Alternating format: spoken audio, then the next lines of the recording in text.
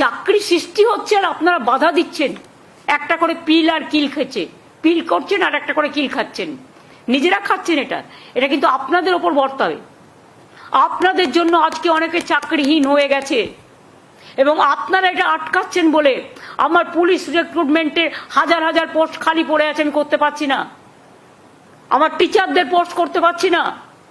আরো অনেক ভ্যাকেন্সি আছে, আমার অল ডিপার্টমেন্টে আছে, কিন্তু ওবিসি রিজার্ভেশন আমরা করিনি। এটা মন্ডল কমিশনের রেকমেন্ডেশন। ভিপি সিং যখন প্রাইম মিনিস্টার ছিলেন, মনে রাখবেন, বা ভিপি সিং লড়াই করেছিলেন, তখন কিন্তু বিজেপিও ভিপি সিং এর সাথে ছিলেন। তখন কেন এটাকে অপোজ করেননি? সময়ে সাথ দেবেন আর সময়ে মানুষকে অনাথ করে দেবেন, এটা তো হতে পারে না।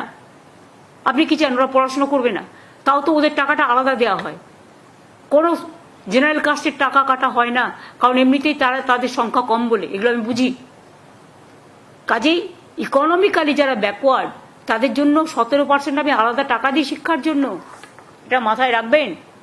আর যদি নিচু থেকে মানুষ উপরে উঠে আসে শিক্ষার দ্বারা, তাতে আপনাদের আপত্তির কি আছে?